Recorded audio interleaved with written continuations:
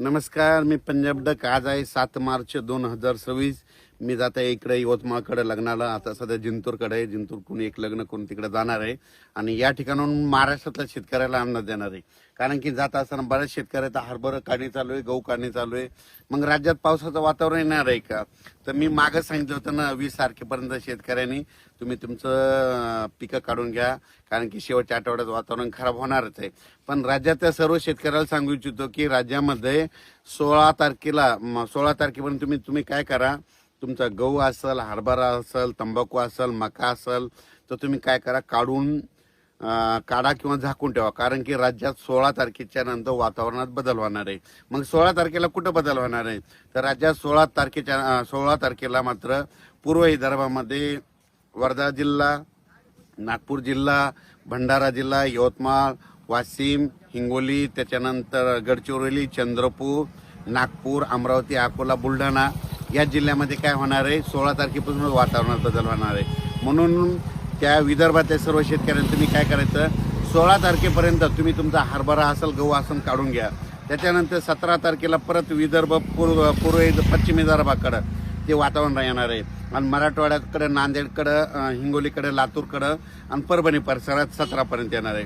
म्हणून ह्या 3 जिल्ह्यातल्या शेतकऱ्यांनी लगेच काळजी घेण्याचं गरजेचं आहे. पण त्याच्यानंतर 18, 19, 20, 21च्या दरम्यान मात्र राज्यामध्ये काही काही ठिकाणी गारपीट देखील होणार आहे, वारं सुटणार आहे, पाऊस येणार आहे, विजेच्या कडकडाचा पाऊस येणार आहे. म्हणून तुम्ही काय करा, 16 तारखेपर्यंत तुम्ही तुमचे हरभरे काढून घ्या, गहू काढून घ्या. कारण की राज्यामध्ये 19, 20, 21च्या दरम्यान चांगलंच वातावरण खराब होणार आहे. म्हणून तुमच्या पिकाचं नुकसान होऊ नये म्हणून हा अंदाज सर्व शेतकऱ्यांना घ्यायचा.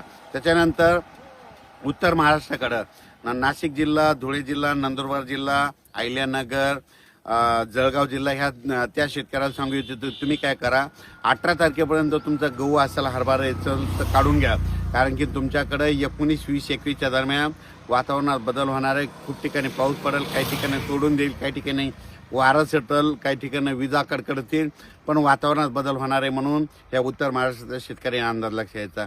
पश्चिम महाराष्ट्रातल्या शेतकऱ्यांनी देखील काय करायचं, 18, 19, 20, 21च्या दरम्यान तुमच्याकडे देखील म्हणजे सातारा, सांगली, सोलापूर, कोल्हापूर, पुणे, अहिल्यानगर, धाराशिव जिल्हा, बीड जिल्हा ह्या पट्ट्यात देखील चांगलं वातावरण खराब होणार आहे. म्हणून त्या शेतकऱ्याने 17 तारखेपर्यंत तुम्ही तुमच्या पिकाची काळजी घ्यायची. त्याच्यानंतर तुम्हाला एक सांगू इच्छितो की कोकण पट्टीकडे मात्र 14 आणि 15 तारखेलाच वातावरणात बदल होणार आहे. कारण की 14-15 तारखेला कोकणाकडं काही ठिकाणी पाऊस येणार आहे. म्हणून हा अंदाज देखील लक्षात घ्यायचा. म्हणजे सांगायचं झालं तर 16 तारखेला सुरुवात विदर्भाकडून होणार आहे. 16, 17, 18 दररोज काय होणार आहे, वेगवेगळ्या भागात, वेगवेगळ्या जिल्ह्यात पाऊस पडणार आहे. सर्व दूर एका ठिकाणी पडणार नाही. म्हणजे 16 तारखेपासून ते 22 तारखेच्या दरम्यान दररोज वेगवेगळा भाग धरत अवकाळी पाऊस पडत जाणार आहे. म्हणून तुम्ही तुमच्या पिकाची काळजी घेणं खूप गरजेचं आहे. म्हणजे सांगायचं झालं तर 16 तारखेपर्यंत तुम्ही तुमची पिकं काढून घरी आणू शकता. धन्यवाद. सर्व शेतकऱ्याला सांगू इच्छितो की हा पाऊस काय होणार आहे, सगळीकडे जोरात नाही पडणार, पण काही काही भागात पडेल, कुठं वारं सुटल, कुठं सोडून देईल, कोणता निरंक राहील, काय होईल की तुम्हाला सांगू इच्छितो. इकडं